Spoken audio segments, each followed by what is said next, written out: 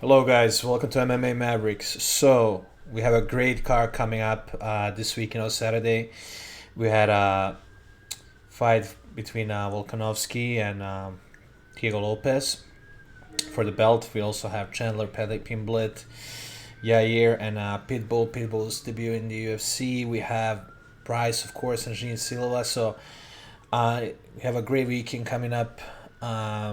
I'm looking forward to breaking down these fights, giving you guys some plays, some tips, what to bet on, and breakdown of how these fights might go. So let's start. We start with the early prelims. We start with Nora Cornell and Haley Common. Nora 8-2, Haley 7-3. Nora is a favorite. I think a warranted favorite. I think she's gonna have a better striking. She's gonna be better on the feet. Haley just is not very convincing. I think Nora will piece her up, and I think this fight will go to distance. So if you're betting, man, you can bet over 2.5 rounds, or you can bet fight to go to decision for Nora. So my prediction for this one is Nora by decision. Let's go to the next fight, guys. Have Trayshawn Gore and Marco Trulio. So Trayshawn Gore used to have a lot of potential behind him. He used to be a fighter that a lot of people were betting on, and that a lot of people were predicting that he's gonna have a breakthrough. But in this fight, I think Marco Trulio will win. I think Marco Trulio is a better striker.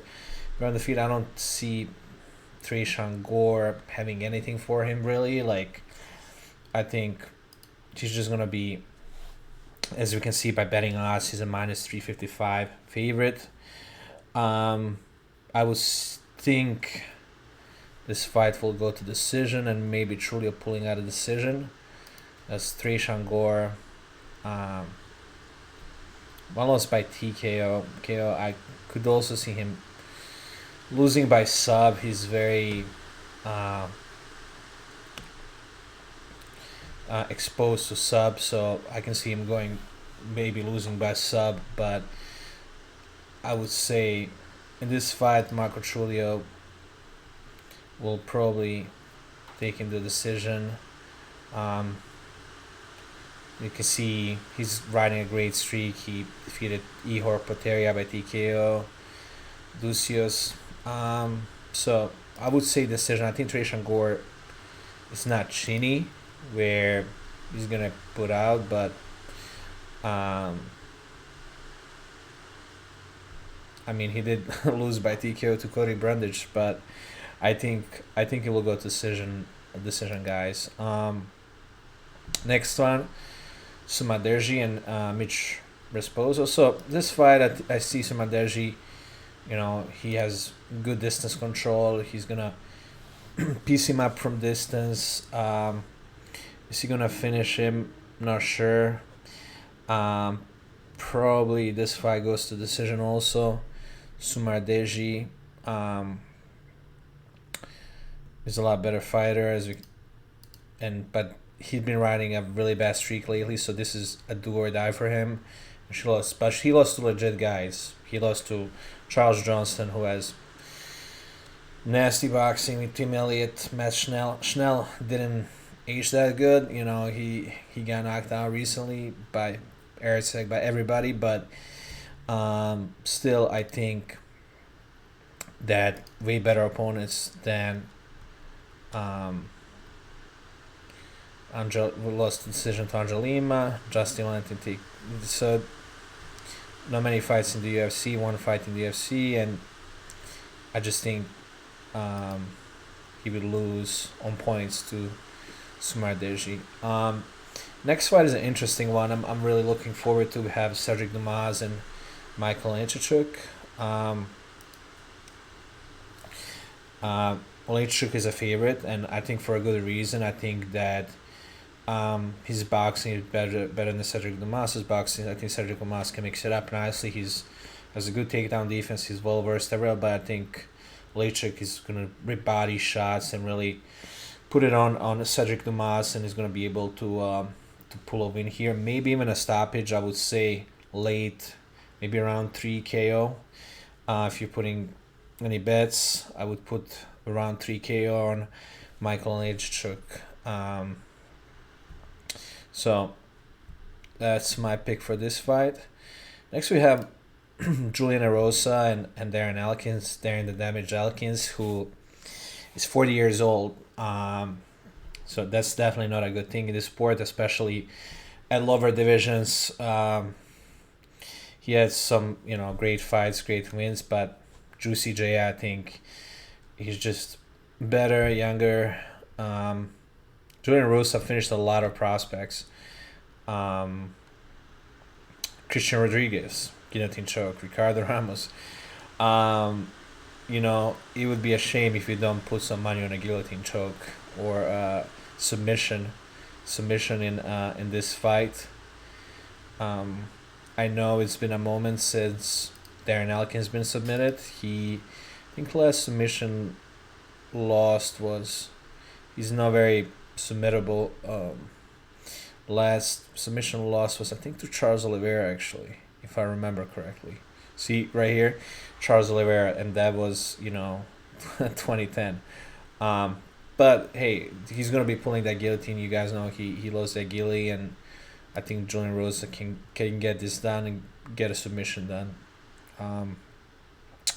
Next one we have Chase Hooper and Jim Miller.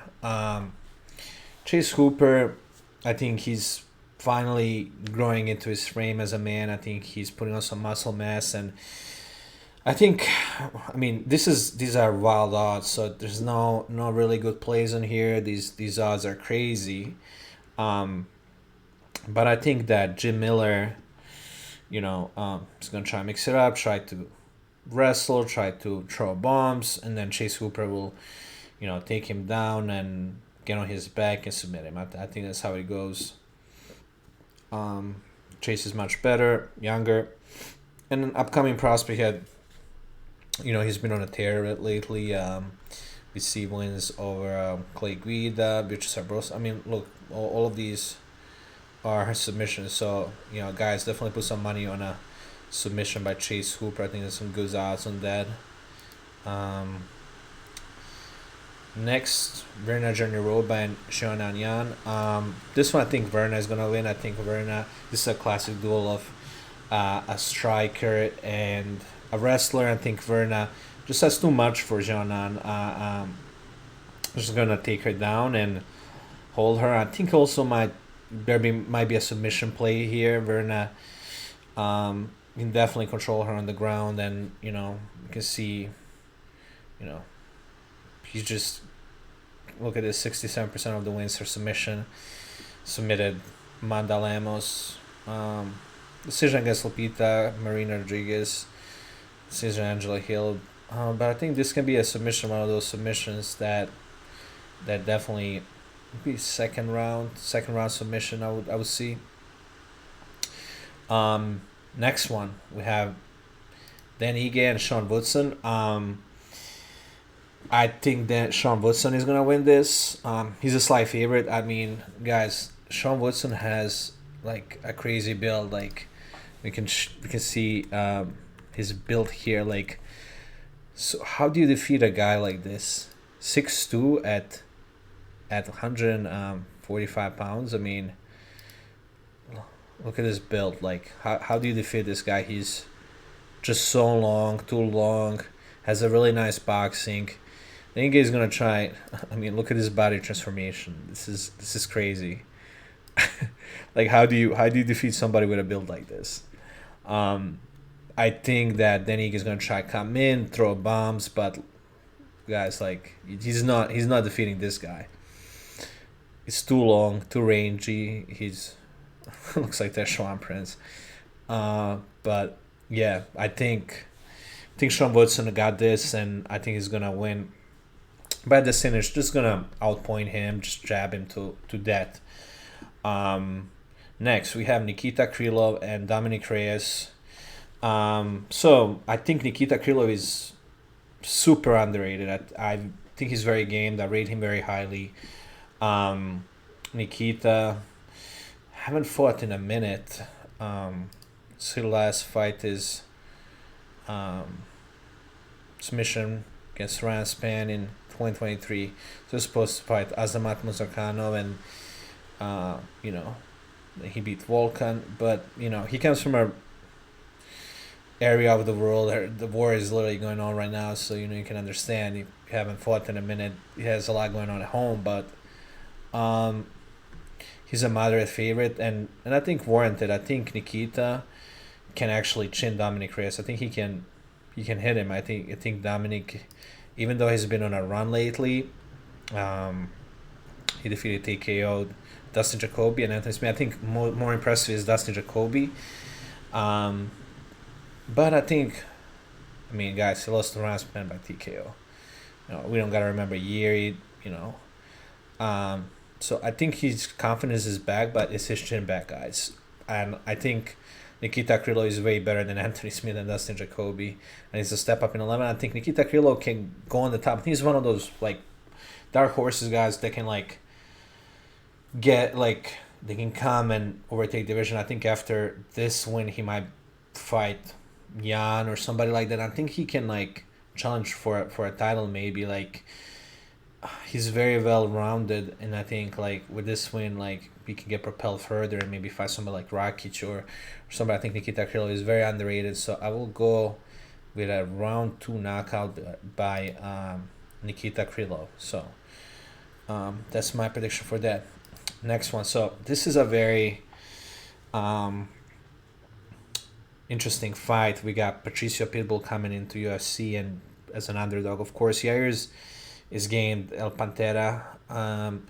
Yair, I think in this fight, I think Patricio Pitbull will follow the well-established recipe for beating Yair. You know, control wrestling, punch him from close distance.